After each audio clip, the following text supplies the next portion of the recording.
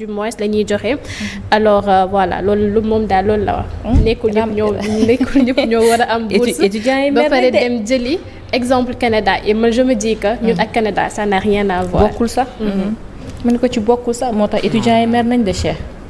gars yi yëngal nañ ko téyel salaire am 2 mois rek ñu xool lan lay def wala ñu wàññi liñ koy jox. non moom salaire am nañ ko téye 2 mois rek ñu xool lan lay def lan lay réagir. parce que étudiants yi ñoom seen bourse rek lañ am alors buñ demee ba di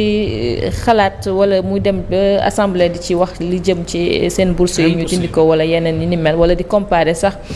fi nga xamante Sénégal ak Canada loolu moom beneen affaire lay doon Cheikh. en tout cas comparaison n'est pas raison. xam naa daa dem Canada sedd bi jàpp ko rek mu yaakaar ne réalité yi am Canada moo am Sénégal. moo nekk fi Sénégal. les deux pays ne sont pas les mêmes réalités yi ne Canada nekkul Sénégal. il a oublié que ne Canada boo jàngee ba pare quel que soit alpha. ak loo mën di dépenser. ñoom dinañ la permettre nga liggéey. pour rembourser Sénégal fii da ngay jàng bay bëgg di stage sax pour nga am ko problème la. tu oses comparer ces deux pays. mais bon ça se comprend gis nga tamit bu ma nee ça se comprend mooy ñun les députés dañu am habitude di leen woowee. Les représentants du peuple maanaam ñi fa nekkal askan bi pencum ndawi réew mi ñoom ñoo fa war a nekkal askan bi mais au lieu ñoom boo ci constat les faits da ngay xam ne nekkaluñu fa askan bi mais ay parti lañ fa nekkal. parce que député bi moom yaakaar naa ne normalement quoi qu'on puisse dire moom il est le kenn waru ko woon mën a gën a xam conditions yi étudiants yi di dund pour mu défendre les étudiants mais au lieu de défendre les étudiants il essaie de défendre un parti politique wala muy essaie de défendre un gouvernement alors que ça devait être le contraire mais bon on est au Sénégal. Chaque jour ñu wax dans les plateaux que quel doit être le rôle du député qui doit être député les critères pour être député tout ça je pense que il faudra des réformes profondes yoo xam ne bu bëggee changer yi parce que ñun assemblée nationale askan bi moomu ñu ko de quoi qu'on puisse dire assemblée yu ñu fiy gis yëpp yu fi jot a jaaraguñ yëpp excepté peut-être bii parce que mënaguñ def leur bilan parce que jeexalaguñ 1 an lañ fi diire nañ bàyyi ba 5 ans mais yi fi jot a jaar yëpp boo xoolee assemblée parti la ñuy doon mais pas des assemblées du peuple parce que l'exception boo xoolee gouvernement bii nii wala élection bii nii il y avait toutes sortes de catégories amoon na ay banquiers yoo xam ne amoon nañ liste amoon na maanaam secteur yëpp amoon nañu ay liste mais malheureusement ñooñu ñëpp jàlluñu parce que fii la politique moom mooy primé ci lépp mais bu fekkoon tey banquiers yi dañuy jàll yow secteur banque lépp loo xam ne da nga am problème ci côté de banquier assemblée di nga am ku la fa teewal mu wóor a nekkat yow dina la fa teewal tey par exemple Amina bu fekkoon ay présentatrices dañuy jàll wala ay journalistes yow le journaliste wala la présentatrice assemblée di nga am koo xam ne dina fa réclamer say doléances parce que dina xam li ngay dund tey étudiant malheureusement je pense que université li muy yaatu député yëpp amul kenn koo xam ne étudiant la pourtant mënoon nañu am ay député yoo xam ne day nekk étudiant là moom au moins dina mën a défendre la cause des étudiants dina xam exactement lan la étudiants yi di dund secteur bu nekk nag ay médecins yu nekk député ay artisans yu nekk député loolu yëpp war nañ mën a dem ba inclusion sociale boobu nga xam ne dafay am mu nekk représentatif au sein de l'assemblée bu ko defee secteur bu ne di nga am ku la fa représenté di nga mën a kaas say jafe-jafe mais malheureusement suñu assemblée lu ci ëpp ay député du parti la ñu doon soit parti au pouvoir soit parti de l'opposition bu ñu fa demee ay guerre politique la ñu fay nekkee mais revenons sur le cas des étudiants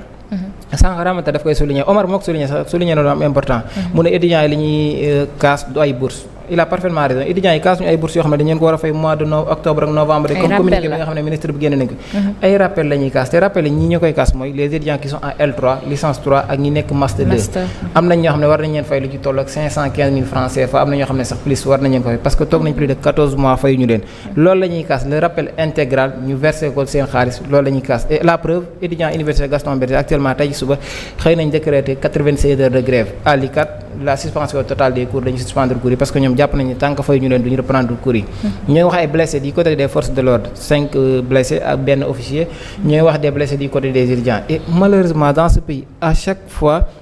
au lieu de prendre les devants dañuy bàyyi ba l'irréparable se produise ñuy doog a def lu ñu war a def gis nañ ko fi avec le cas de Bachirou Faye avec le cas de Balla Gaye avec le cas de l'autre là Fallou Fall yooyu yëpp mu nekk yoo xam ne wax dëgg yàlla quoi qu'on puisse dire war nañ ko mën a éviter bu baax a baax étudiant bi même bu fekkee la situation économique du pays est catastrophique wala la situation économique du pays dafa metti lu ma doon wax sànq rek ci syndicat yi laay waxaat les étudiants sont des sénégalais ñun ñëpp ay sénégalais lañ bu leen le ministre wooye wala la direction des bourses toog waxtaan ak ñoom tenir un langage de vérité wax leen lu mën a nekk je pense que étudiants yi duñu ay exception à la règle dinañ mën a comprendre ce qui se passe mais yow mënoo tëju fi nga tëju toog fi nga toog pendant ce temps des députés qui sont à l'Assemblée nationale chaque fin du mois ñu leen di verser 1 million et quelques députés yooyu ñu toogoon fii di réclamer ay voitures yu war a jar 50 millions yow nga toog di taxaw ne étudiant bi moom buñ ko fay te boo déggee par débat bi nga xam ne moo tourné autour des bourses yëpp da nga naan xanaa étudiants yi chaque fin du mois 100000 la ñuy fay wala 200000 wala 300000 pourtant bourse bi 40000 francs la am na ñoo xam ne sax amuñu 40000 ñii 20000 la ñu am yow le peu loolu député yi di am yow nga nekk un salarié chaque fin du mois ñu lay fay ngay privilège ngay bénéficier tous ces privilèges ngay am ay indemnités à ne plus finir man je pense que même représentant du peuple yi ñuy wax bu fekkoon ñoom lañ doon dëgg-dëgg il fallait au moins seen xaalis boobu ñu leen di fay wala seen indemnité yooyu ñu dem dimbali ci étudiants yi vaut mieux que ñu toog di critiquer étudiants yi parce que sans étudiant wax jee fi bari rek quoi qu'on puisse dire sans bourse il n'y a pas de médecin bu bourse amul woon médecin du am bu bourse amul woon magistrat du am bu bourse amul woon député du am ñun ñuy wax fii ñëpp ñu toog ci plateau yi ñu nekk assemblée ñu nekk ci cabinet yi yëpp jaar nañ ikat xam nañu réalité fa nekk donc ngir yàlla nañ dimbali étudiants yi fay leen seeni bourse avant que l'irréparable se produise. doyen mu mel ni rek ña war a teewal askan wi ci assemblée bi ñoom ñoo taxaw tey di wax ni nga xamante ne que ni bourse yi dañ ko war a dakkal wala bourse yi nga xamante ne que ni étudiants yi ñu ngi koy jot dañoo war a jox ñi nga xamante ne ñoo ko yellool am ñeneen ñoo xamante ne seen waajur yi war lañ leen ci mën a génne ñu bàyyi leen ban jàngat rek nga def ci sortie bi nga xamante ne man duma d'accord ak yéen sur ce point de vue là je suis pas d'accord lu tax non du tout parce que aujourd'hui mënoo jël benn propos situé au contexte bi déglu woo contexte man la ko waxee ba pare ñu ne député boobu nangam je suis pas du tout d'accord parce que tey boo ne non Canada lay joxe exemple non parce que Canada nangam oui mën nga inverser le propos en disant Canada moo gënoon yeeyoo noonu la c'est comme ça moo gënoon yeeyoo moo gën a yelloo moo gënoon yelloo ñu jox ñëpp képp kuy étudiant rek ñu jox ko bourse Canada moo gën a yelloo parce que Canada moo am moyen yooyu mu nga ko mu ko waxee noonu Sénégal tey généralisation bourse kan moo ko fi andi Abdoulaye Wade ku amul bourse di nga am aide Abdoulaye Wade ko fi andi ay nit ñi ngi fi am salaire am ay indemnité am ay 4x4 am carburant am maison de fonction qui n'ont jamais touché 1 franc de bourse parce que mosuñu ko am d'autres ont ñoo xam ne ba ñu dalee jàng ba ñuy pare dañ leen mës a jox bourse ñu am tey jii nii salaire am tout mësuñu dugal étudiant ce n'est pas forcé que tey dama nekk ci privilège que damay dimbali étudiant bi c'est pas ce n'est écrit nulle part amul fenn fu ñu ko bind yow lay neex nga def ko da ngay gis koo xam ne dañ koy nommer poste de responsabilité mu nekk ministre wala mu nekk turc mu ne may naa sama salaire étudiant yi mais loolu danga koy compter ñu ko def tey jii ñi fi nekk yëpp à des postes de responsabilité ils ont été étudiants c'est des étudiants qui sont actuellement en grève demain deviendront des fonctionnaires auront des salaires pour certains auront des voitures de fonction auront maison et cetera et oublieront même qu'ils ont été étudiants par moment sax mën nañ jël position boo xam ne jamono ji nekk gréviste ñu koy waxee université jamono jooju après dootuñu am même position yi mais c'est ça le coût de la vie il faut qu'on l'accepte aussi par moment il faut pas être il faut pas être fataliste dafa mel ni kenn ku ñëw ñu ne la kii de si koñ bi la dëkk milliardaire la tabaski jot na moom de waroon na jëndal koñ yëpp xar fu ñu ko bind fenn moom lay neex si coobere boppam la moom lay neex mu jëndal waa koñ bi xar mais binduñu ko fenn mais doyen compte tenu que lu ñu gis ni que ni étudiants yi ak ñi nga xamante ne dañuy jóge ci région yi tey boo xoolee étudiants yi seen bourse yi lañu yaakaar mais tey ñooñu bu ñu la yëkkatilee bourse bi seen situation. non man je suis parfaitement d'accord bourse. dañ ko bind c'est inscrit dans la loi. waaw déggoo mën a la acquis la donc c'est un droit. c'est budgétisé. weer gu dee gu jot. étudiant bi dañ ko war a virer mu dem fayee ko bourse am. bu dee am na bourse lu mu yelloo bourse bi ak nu mu toll c'est un droit da ko war a jot. voilà loolu la nag doyen parce que moom très sincèrement j'ai écouté parce que on est des journalistes avant de prendre quoi que ce soit il faut que ñu dem xool carrément ce que la personne a dit mi ñuy wax ni c'est pas parce que da ngay am bac rek dañ laa war a jox bourse et on sait que bu fekkente ne bac bi bu dee am nga su bac bi sax bu fekkente ne am nga ko am nga mention war ngaa am léegi moom loolu la wax également il a dit que nekkul ñëpp la ñu war a mën a jox bourse. oui et Ramata. tu es d'accord que am na ñoo xam ne dañuy inscrire université uniquement pour la perception de la bourse. c'est vrai te mosuñoo duñu mës a teg tànk université. c'est vrai xam nga loolu déjà war nañ ko toog waxtaanee ko ci penc mi. war nañu xool lan ak lan la war ci def audit war ko leeral. parce que yow tu prends l'argent du contribuable di ko def sa poche alors que mosuloo jàngi. bëri na de. c'est vrai xam nga. loolu mi ngi ci. donc dafa am ay problèmes yoo xam ne mais l'approche est systémique quoi. donc yooyu yu ñu war a régler la. da ngay gis koo xam ne en réalité moom ma nga université moom bu fayee ko bourse du ko dugal si jëndum bic wala jëndum kaye day dem jënd sabu jàmb ko jaay. business woman nii donc loolu quand même il faut ñu reconnaître que ni c'est des faits yoo xam ne dafa am fii. gis nga ka jógee région ba ak ku jógee feneen ak feneen je dis encore une fois nous sommes tous citoyens sénégalais. moi je ne vois pas kii Kaolack la jógee non kii booy Tamba la non man booy Town la mais man non en fait approche yooyu taxawul. c'est-à-dire que nous sommes tous citoyens lu ma am ci droit keneen ak keneen moom la am ci droit kii lu ma am ci droit keneen ak keneen loolu am ci droit donc loolu faw ñu nangu ko léegi nag dañ naan non pourtant xoolal Tamba la jógee. xoolal dañ ko war a yërëm. waaw Tamba la jógee mais le droit bi mu fekk si kii dëkk Dakar am moom mu jógee Tamba droit boobu la am exactement. y a pas de différence du point de vue de l'approche liée véritablement si li nga xamoon di wàllu loi. waaye léegi nag étudiant bi yow boo demee nga gis étudiant bi ñu ne la tey robinet buy xelli robinet boo xam dafa ubbeeku di xelli acte citoyen robinet boobu ñëpp lañ koy romb muy ratatatatat te mënoon nga jël buum. am noo ko serré soit mu taxaw soit mu wàññeeku le temps gars yi di ko changer mais on laisse comme ça l'eau coule nga ñëw nga ne la c'est l'État qui paye l'électricité nga jël réchaud boo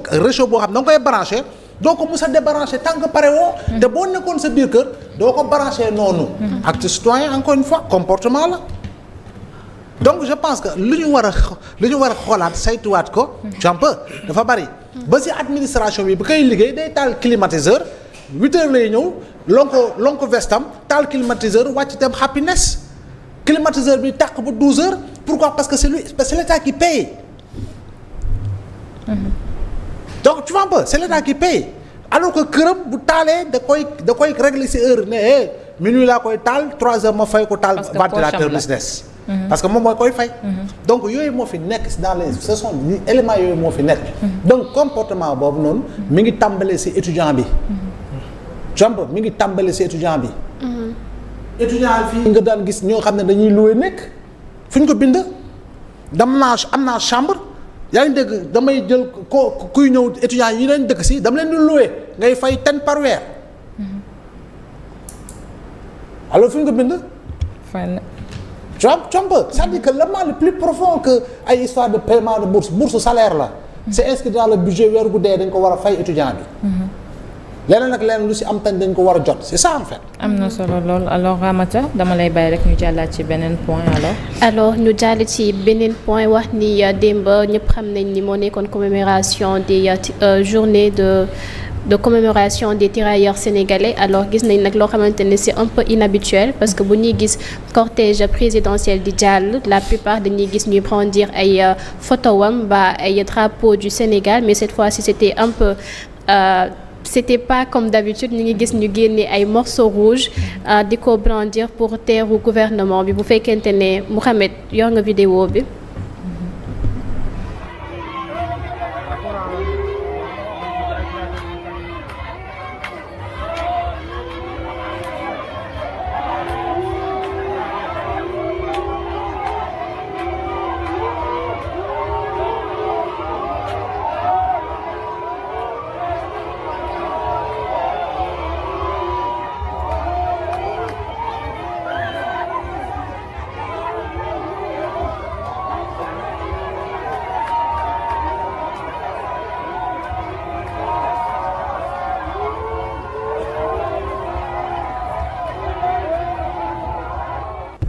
alors Amina lii lañu gis démb et on voit que c'est vraiment inhabituel parce que comme ni ma ko waxee cortège moom saa yu daan jàll dañuy gis ñuy brandir ay drapeau Sénégal ak les photos du président mais cette fois-ci moom ay morceaux yu rouge lañ génnee. dafa mel ni bii moom c'est une première de Seydina Oumar. en tout cas gars yi war nañ jël acte ci lii di xew de. voilà man nag en tant que journaliste j'aurais aimé dem ci ñi nga xam ne ñoo doon brandir morceaux yi pour xam. lan moo nekkoon seen cri de cœur quoi vraiment. mais quoi qu'on puisse dire fi nga xam ne moom la président demoon démb di Thiaroye 44 jàpp naa ne dafa am benn liaison ak suñu histoire.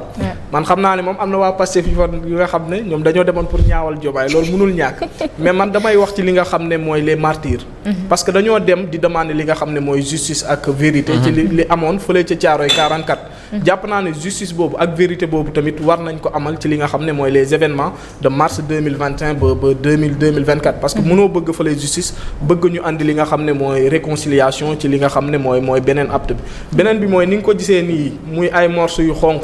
man jàpp naa ne contrairement au président Macky Sall mi waxoon moom du gis lu xonq morceau yu rouge jàpp naa ne Diomaye moom wàccee na vitre am ba gis lii nii sinon boog ñi nga xam ne jegee nañ ko dinañ xool lan moo waral askan bi di manifester wala boog di wane li nga xam ne mooy ay morceau yu rouge parce que forme de lutte bi sànq doyen mi ngi koy wax étudiants yi suñ ko defoon man jàpp naa ne lii mooy gën a attractive que des fois sànni xeer wala toj ñii nii ñëw nañ def seen li leen yoon may ñëw taxaw wane li nga xam ne mooy seen mécontentement léegi nag foofu la sens bi nekk mécontentement boobu message bi nga xam ne ñi ngi ko doon véhiculer jëmale ko ci nouvelle autorité yi ngallaawaay nañ ko jéem a déglu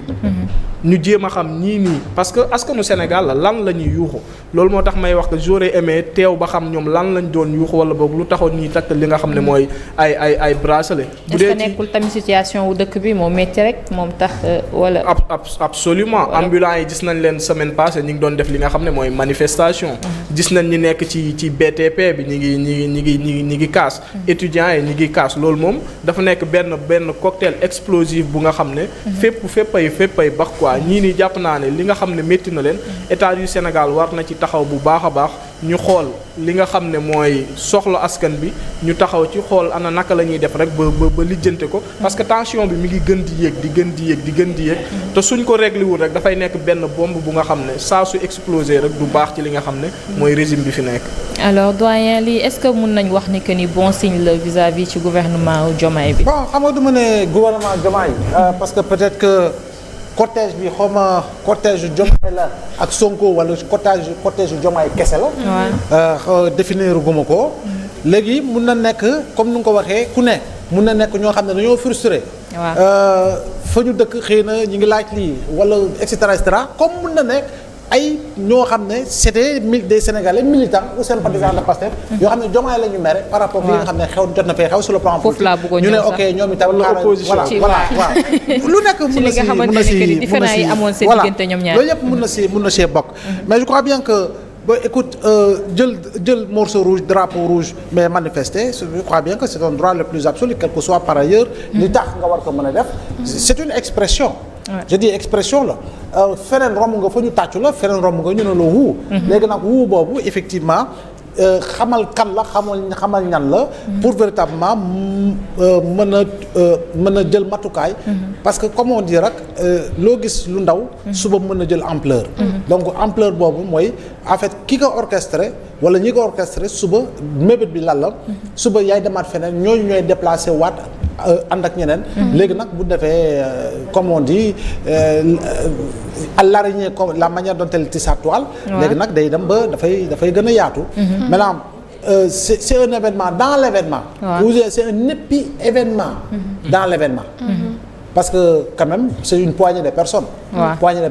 kon par rapport ak li nga xam ne moo yóbbu woon président Diomaye te li yóbbu woon président Diomaye Thiaroye pour man moo ma gën a intéressé man si li nga xam ne mooy la commémoration véritablement du massacre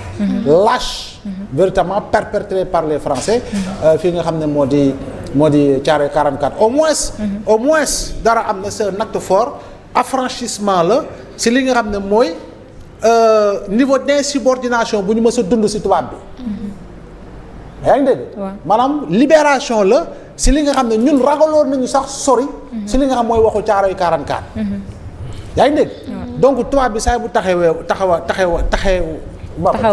woon un peu y avait toujours ces genres de problème là léegi nag au moins fii libéré nañu suñu bopp commémoré nañ ko wax nañu tubaab bi yow la nga def en réalité c'est un acte lâche da nga ñëw faat suñu ay maam nga nekk près de 40 morts alors que recherche yi wane nañu y a plus de 100 morts donc pour man loolu mooy événement bi ëpp solo te véritablement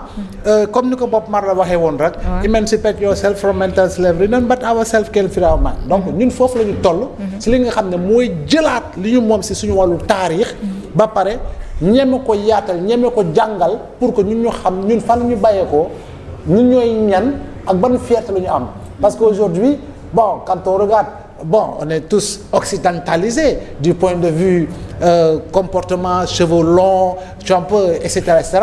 la ngay teg sa bopp da nga ko àbbu moo ko jàmp donc am na élément de langage yoo xam ne yu mel nii nag comme Thiaroye 44 bi tax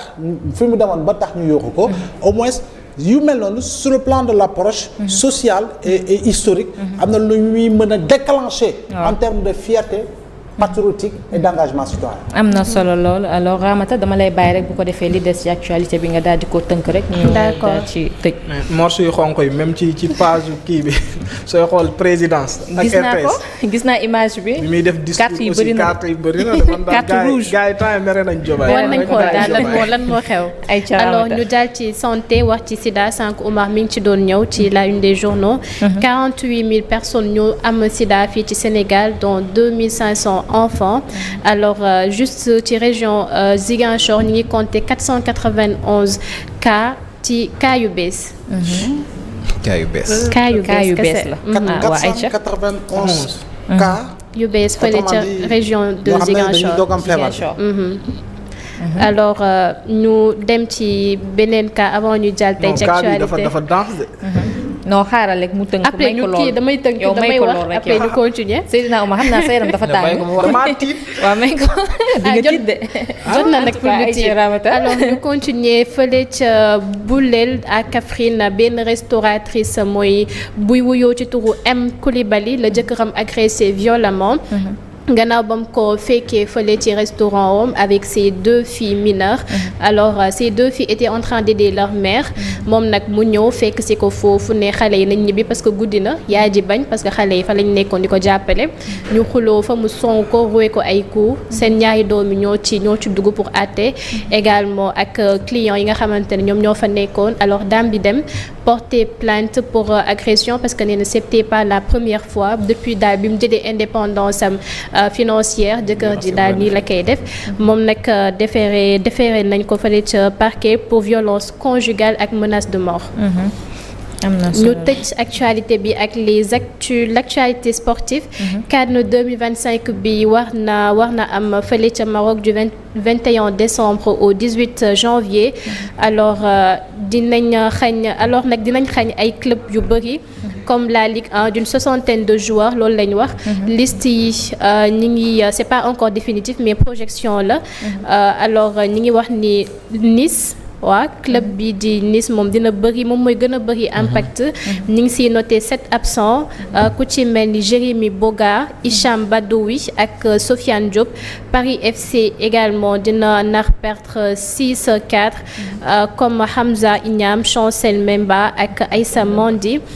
fële également ci Paris Saint-Germain dinañu ñàkk kale di Achraf Hakimi nga xam ni il faut mu ñibbi ak Ibrahima Mbaye le Sénégal nag mooy nationalité bu gën a am représentation foofu ca Ligue 1 bi. am na solo lool alors Seydina Oumar sànq dafa mel ne da nga tiitoon nga ne. bi nga déggee limi. non parce que moom mi ngi wax 491 j'espère. nouveau cas. mais soo xoolee Sénégal fi ñu ngi toll ci li nga xam ne mooy 47000. 48000. 48 000 personnes. 48 000 personnes loolu c'est trop. jàpp naa ne ministère de la santé ak ñi nga xam ne ñoo nekk ci wàllu googu. war nañ jóg. jóg bi mooy sensibilisation moo ci war a njëkk. surtout loolu. man waxuma sax ñi nga xam ne dañuy fo parce que léegi lu garaaw la ñuy gis mooy nit dafay am sida. mu yëg ko surtout les travailleuses du sexe. yëg ko ba pare continuer di ci liggéey. pour lor ay doomu aadama gis nañ cas yu mel noonu. mais beneen bi mooy ñi nga xam ne dañ ko am te xamuñu ko loolu moo gën a garaaw. te ñun ñëpp ay sénégalais lañ te xam nañ ne ñun li jëm ci suñu wàllum santé ku fi feebarul doo dem hôpital. waaw Sénégal kay da ngay feebar sax tëdd sa lal donc jot nañ ñu waxtaan ak li nga xam ne mooy. askan wi ñu xool li nga xam ne mooy seen yaram. teel a fagaru moo gën faju. surtout loolu ñu teel a prévenir li nga xam ne mooy feebar bi 48000 cas de sida. bëri na trop te nee nañ 2500 ay xale lañ ay ndaw yu nga xam ne am nañ sida ndaw yooyu fuñ ko jëlee. ñu ci bëri jàpp naa ne peut-être que seen yaay moo leen ko walla keneen ak keneen. loolu jàpp naa ne donc état du Sénégal walla na jël lii nag lañu war a waxtaane ñu bàyyi politique bi fële xam ne Sénégal mi ngi ci danger. 48000 cas fu mu am te sida képp ku ko yor xam nga ne feebar bu métti la boo xam ne da ngay xeex ak moom matin midi soir. mais aussi en dehors de xeex ak bi ngay xeex ak moom sax ñi nga dëkkal sax suñ ko yëgee dañ lay éviter dañ lay daw. waaw mu nekk benn stigmatisation bu nga xam ne bu doy waar la. donc ngallaawaay suñu autorités yi nañ jël lii au sérieux ministère de la santé am na liggéey. surtout li nga xam ne moo jëm ci wàllum directeur de la prévention aussi. ñu waxtaan ci li nga xam ne mooy wàllum kii dafa doy waar. am na solo également sax démb maa ngi gis benn médecin bu ci wax. mu ne les femmes ñoom ñoo gën a vulnérable par rapport ak maladie boobu. jigéen ñi parce que ñi ngi wax ni 2500 enfants d'habitude day fekk ni yaay ji dafa nekk en état. mu wàll leen ko et loolu man je crois que ci loolu lañu war a gën a taxaw pour xale yi. parce que ñoom ay xale lañ te feebar bi quand même. c'est vrai que instant bi dinañ ñu jox ay calmants et tout gisaguñ loo xamante ne peut-être moom moo ko mën a éradiquer carrément. mais war nañ ci mën a taxaw yaay bi nga xamante ne xam na ni peut-être moom am na ko wax na di dem tout le temps di saytu yaramam pour bañ a wàllu doomam parce que feebar bi bëri na fii de 48000 cas ci Sénégal ak 400 et quelques cas fële ca kii ni à Ziguinchor ci loo xamante ne cas récent la juste cas récent. waaw c'est trop.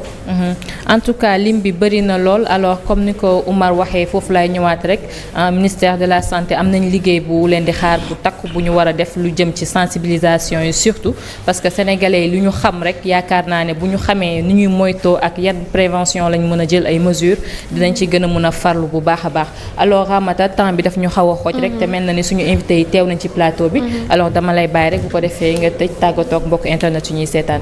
alors merci beaucoup Aminata di remercier ñi ma bokkaloon plateau bi ainsi que ñu nekk ci régie bi ak ñi ñu doon seetaan di leen jox dig daje suba incha allah ci yeneen actualité. jërëjëf Ramata alors sans plus tarder laata may jàll ci seen rubrique noo ko dundee dama leen di jàllal rek li nga xamante ni moo di seen info utile tey nag ñu leen di wax yi nga xamante ne sont les documents à fournir pour am li nga xamante ni moo di ONG fii ci biir Sénégal li jëm ci ONG nag balaa nga koo taxawal association moo ko war a jiitu parce que association moom lay précéder ba pare. pour ONG nag ci li nga xamante ne ay papiers yi ngay soxla di nga soxla def li nga xamante ne moo di une demande adressée au ministre de l'Intérieur et de la Sécurité publique di nga soxla itam li nga xamante ni moo di récépissé de déclaration bi nga xamante ne moo di bu association bi di nga soxla itam liste membre fondateur